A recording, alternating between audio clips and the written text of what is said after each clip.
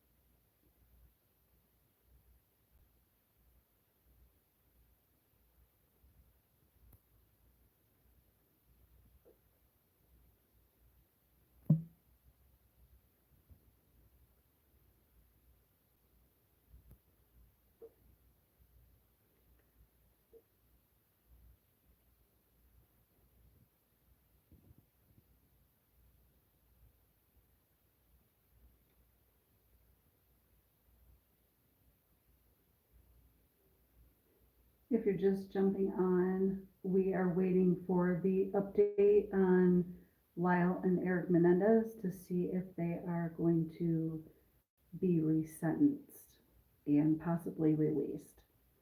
They are going to announce that any second now.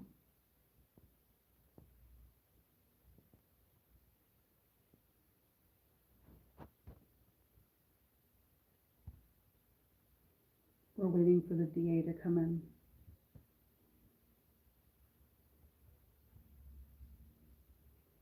And there's Diane. That's Lyle and Eric's cousin. And next to her in the white hair is Joan, and that is Kitty Menendez's sister, her older sister. And behind them is Tammy Menendez, which is Eric's wife.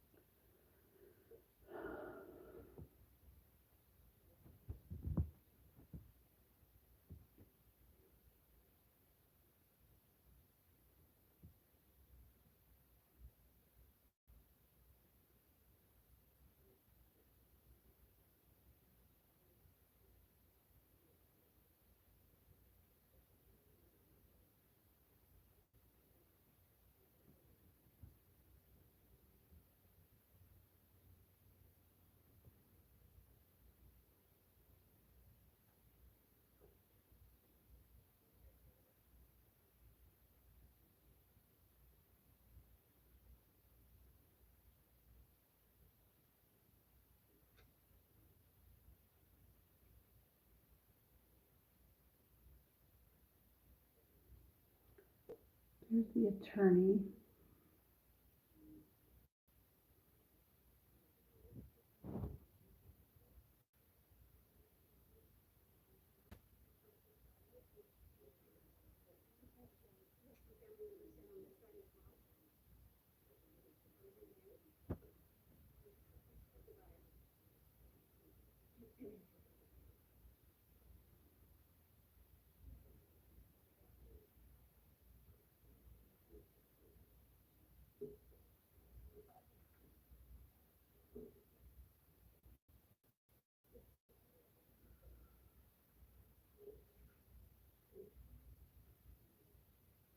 Okay, good afternoon, everyone. And before I begin speaking, I want to also introduce some other people that are here with me, and I want to hope I'm pronouncing the names right because I've been part of it.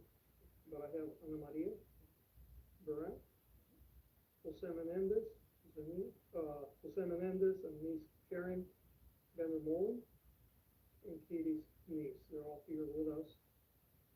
Also with us here is Brock Lunsford. He's the Assistant Head Deputy for the Post Litigation Conviction Unit, and Nancy Cervier, who is the Deputy District Attorney in charge of the resentencing unit. Let me begin by telling you that this is a case where we've had many people in this office spend a great deal of time reviewing the case. I can tell you unequivocally that we don't have a universal agreement.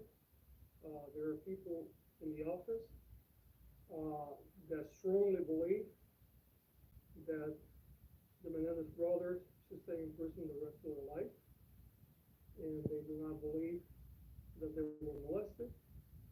And there are people in the office that strongly believe that they should be released immediately, and that they were in fact molested.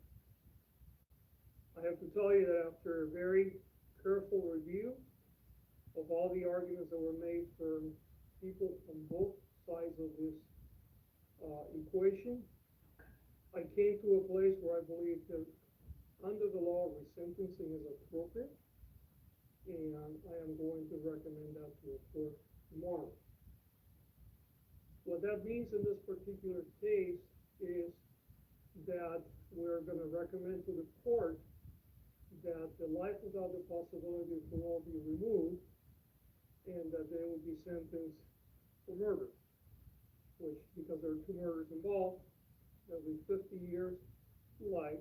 However, because of their age, under the law, since they were under 26 years of age at the time that these crimes occurred, they will be eligible for parole immediately. The teams that have worked in this, on the resentencing side of it, have spent literally probably hundreds of hours right now looking at this case. These cases were originally presented on the habeas side of it, which I'll explain in a moment what that is, last year, and then the request for a prosecutor-initiated resentencing occurred earlier this year. And there have been people in this office working in these cases from the very beginning, as well as many other cases that we have. The reason why I'm here today and why I came in front of all of you about 10 days ago is because there was a more recent documentary about the case that again brought a tremendous amount of public attention. And we know there have been other documentaries, so this is not the first, this is the most recent one. And frankly, our office got flooded with requests for information.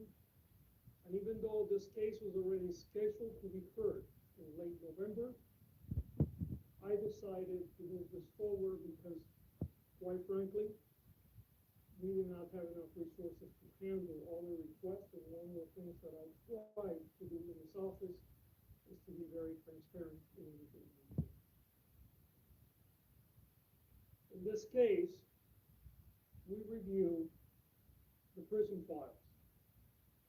You have to understand that the way the process works, when you're talking about a sentencing or resentencing under the law, it really focuses not necessarily on what the original crimes were, but it focuses on, has the person been rehabilitated, number one, and number two, can they be released safely into the community. Under that rubric, since I've been in office, we have resentenced over 300 people, including 28 for murder. Only 4 have reoffended. If that was the regular recidivism rate in this country, we would be the safest nation in the world, but we know that it's not. In fact, somewhere between 40 and 50% of the people that go to prison reoffend and get rearrested. And that's why we have so many problems. However, when you look at the case of the Menendez brothers, you see 2 very young people. One was 19 and the other was 21 when they committed this horrible act.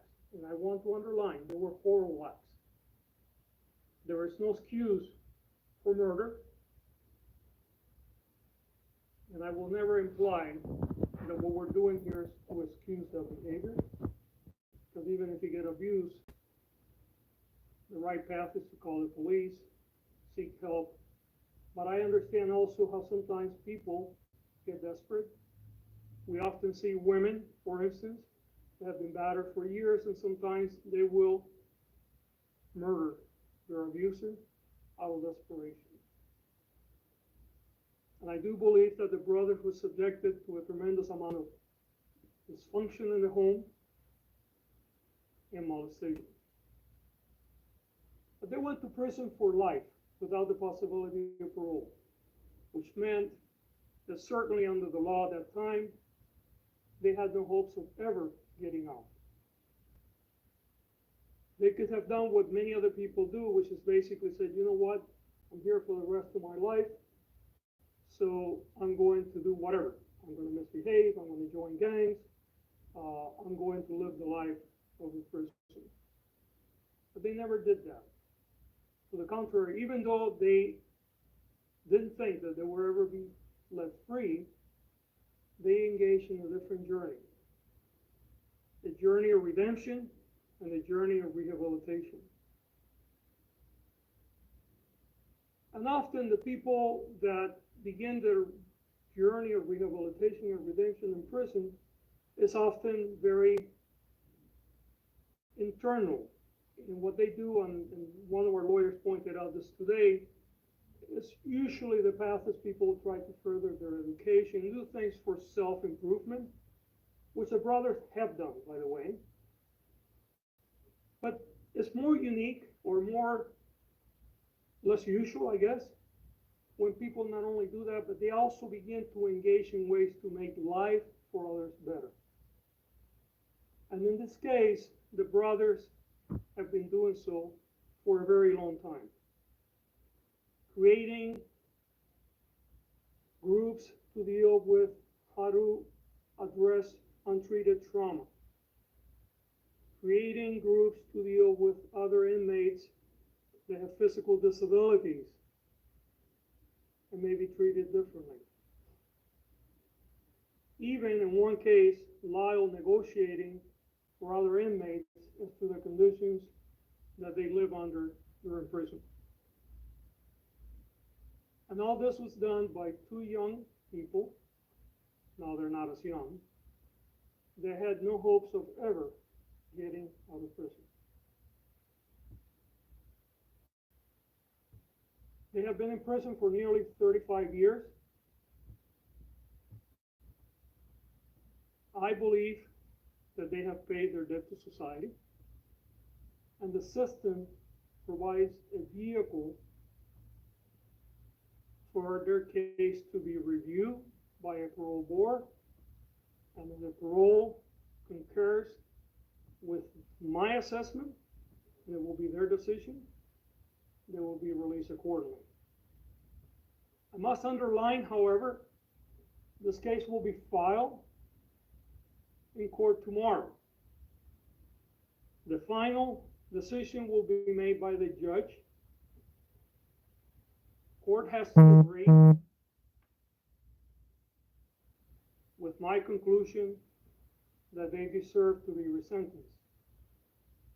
It is very possible that there may be members of this office that will be present in court opposing the resentencing. And they have a right to do so. And we encourage those that disagree with us to speak, and the court is the appropriate place to do it. We certainly feel we're very sure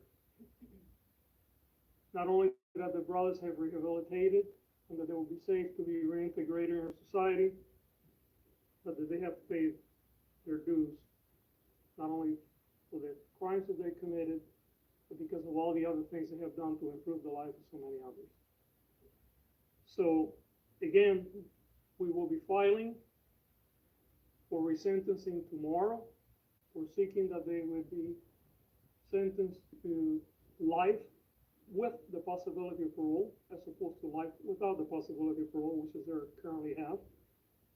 That means that they would have 50 years to life because there were 2 murders. But because of the age upon which they were convicted, under 26, under current law, that means they're eligible for youthful parole.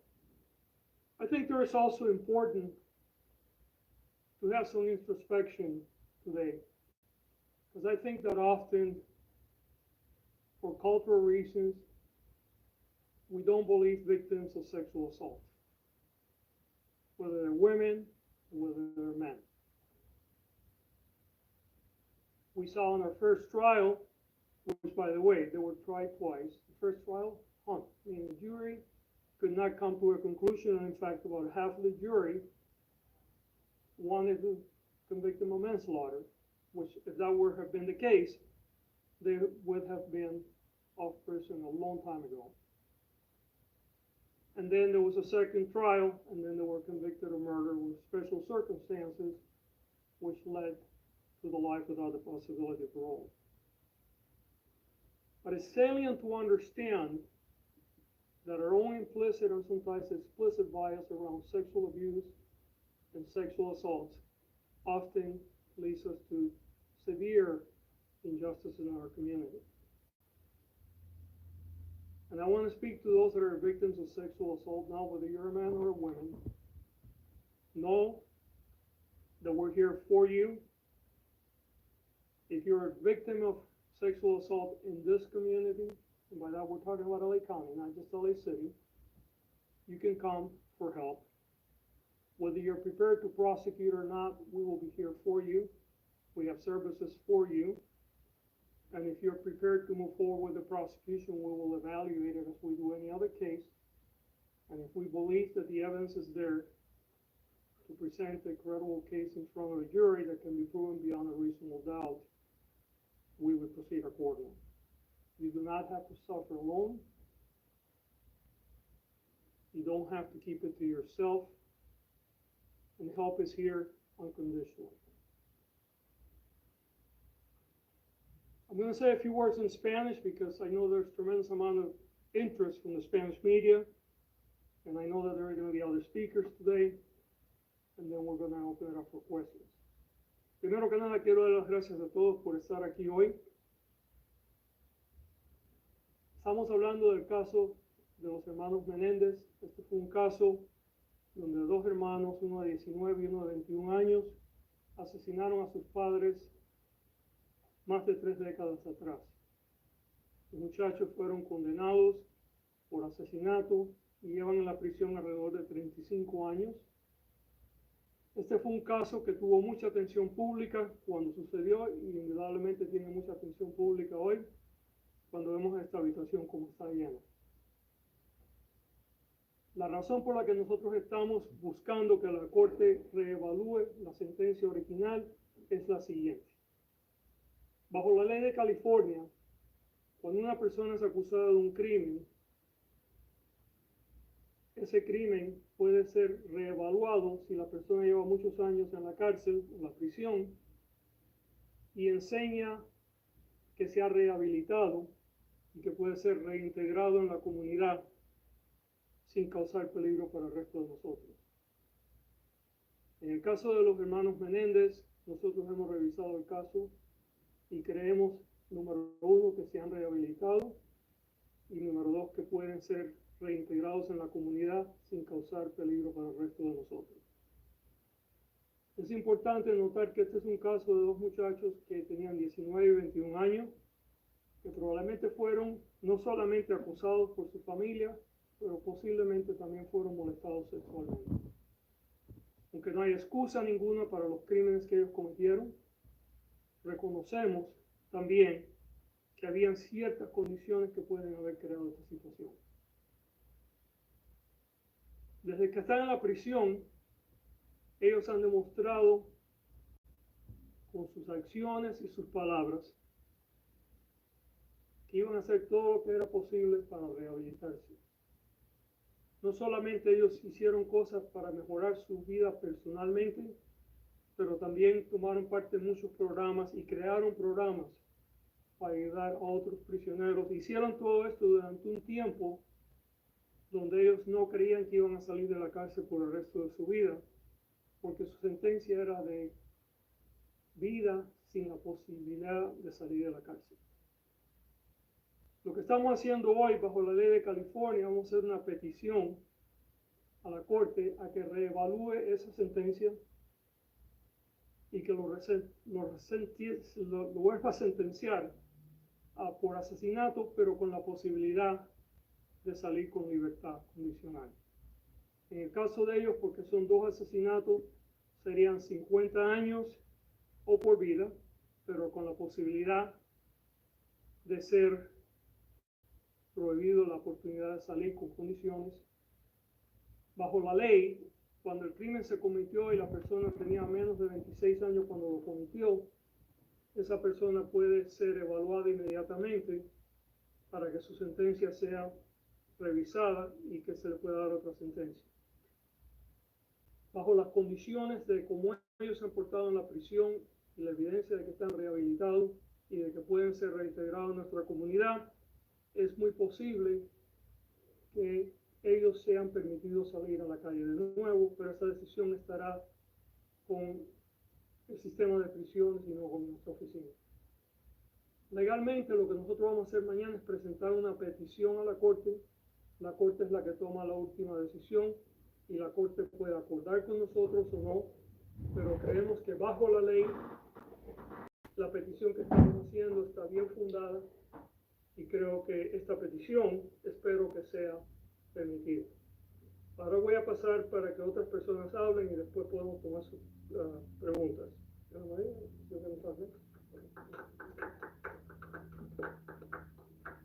Good afternoon. My name is Ana Maria Baralt, and I'm the niece of Jose Menendez.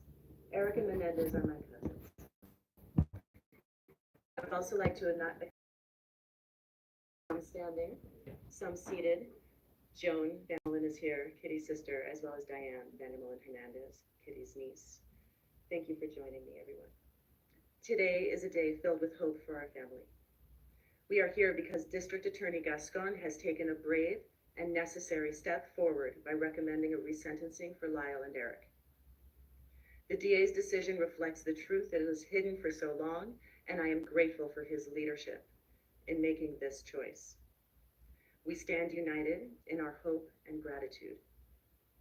Together, we can make sure that Eric and Lyle receive the justice they deserve and finally come home. Thank you to District Attorney George Gascon for his courage and leadership. This step gives us all hope that the truth will finally be heard and that Lyle and Eric can begin to heal from the trauma of their past. Thank you so much for your time. Yeah. This is the niece of Kitty Menendez, Joan Vandermolen. Hi, thank you for coming. We are here today because District Attorney Gascon has taken a brave and compassionate step forward by recommending resentencing for my cousins Eric and Lyle. And we wish to offer our deepest gratitude to DA Gascon. This decision is not just a legal matter. It is a recognition of the abuse my cousins endured, and we are grateful for the DA's leadership in putting justice over politics. We know this wasn't an easy decision, but it is the right one. This is about truth, justice, and healing. It is time for Lyle and Eric to come home. And I ask all of you to join us in this fight for justice. We stand united in our hope and in our gratitude. Together we can make sure that Eric and Lyle receive the justice they deserve and finally come home. Thank you again to District Attorney George Gascon for his leadership. This step gives us all hope that truth will finally be heard and Eric and Lyle can begin to heal from the horrors of their past. will also shed light and increase awareness and help others who have been victimized by sexual violence. Thank you all so much for being here today. We are grateful for everyone's support. Anyone else speaking? Okay. Okay, and I apologize, I'm reading notes here and I'm trying to understand all the notes. Yes, ma'am.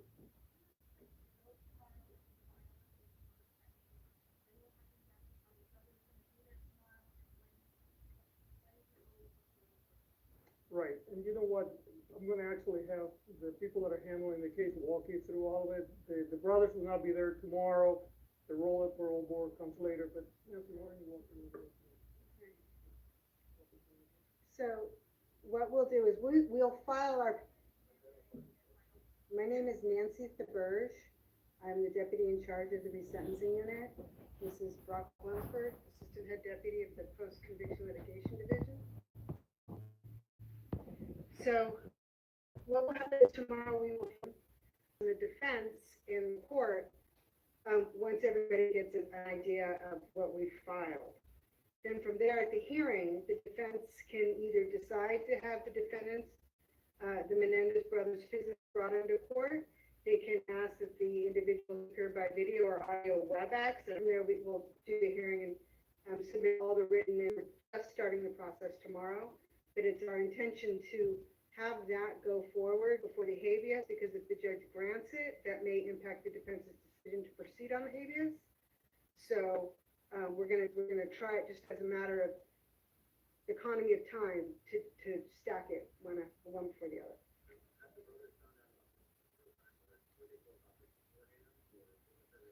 No, this This is, actually, the family was only invited to come, they were not aware of what the final decision was until a few minutes ago. The brothers may be actually seeing you guys on TV or social media, but no one knew other than a very small number of people in this office. And by the way, I should tell you that actually the final decision was just made about an hour ago. Right, then it goes back to the prison system, and then the parole system takes over that, that's good.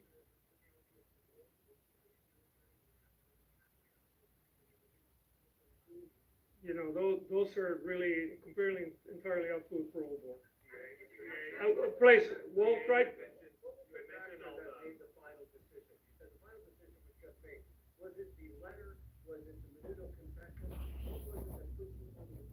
No, what it was is I was evaluating the arguments that were being made within my office, both pro and against the release. Hold on, I had it, yeah.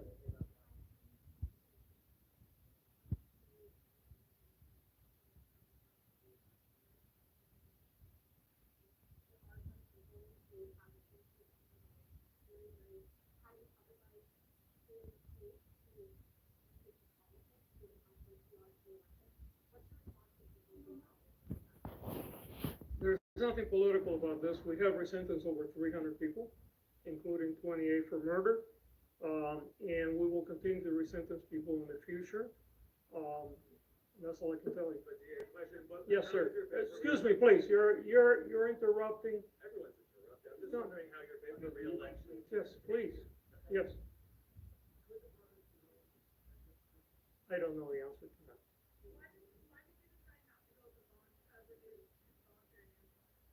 That was part of the process that I was still going through up until a couple hours ago. I don't believe that a manslaughter would have been the appropriate charge given the premeditation that was involved in the murders. I believe that these were clearly murders that were premeditated. Now the motivation, that's where, differences of opinion come up, but I don't think it would be appropriate to go all the way down to manslaughter. Yes, ma'am. Would you please stop? I am not going to talk about re-election, okay? Okay. If you want to talk to re-election, go outside, we'll talk later, please. I'm sorry, you're interrupting, sir. Please.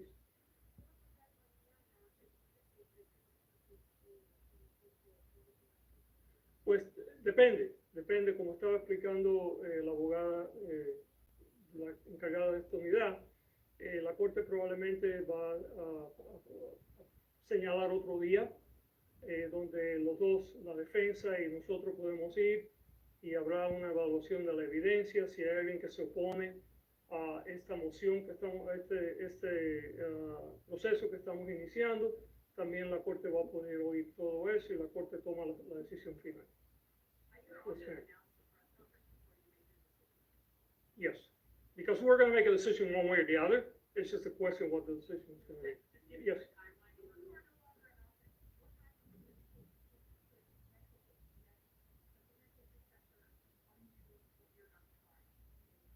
I don't think so. Once it's filed, it's filed. It's up to the court to take it from there. Yes, I'm sorry.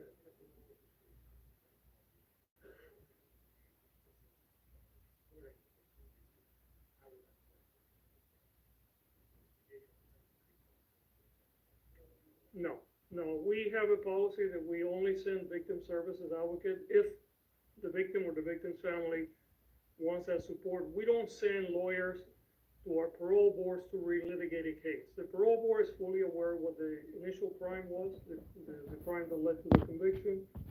Their work is primarily to evaluate whether they're rehabilitated and safe to be released, and that will be the way here.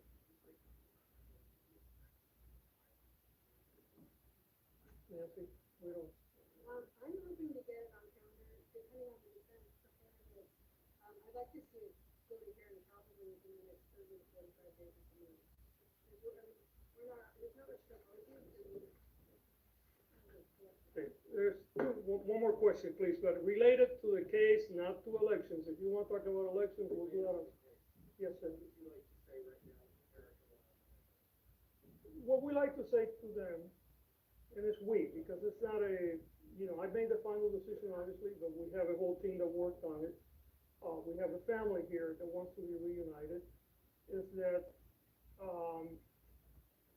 we appreciate what they did while they were in prison.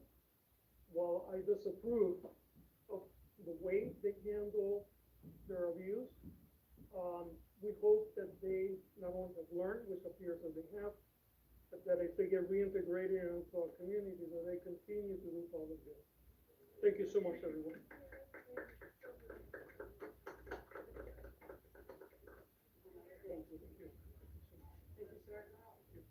Thank you. Thank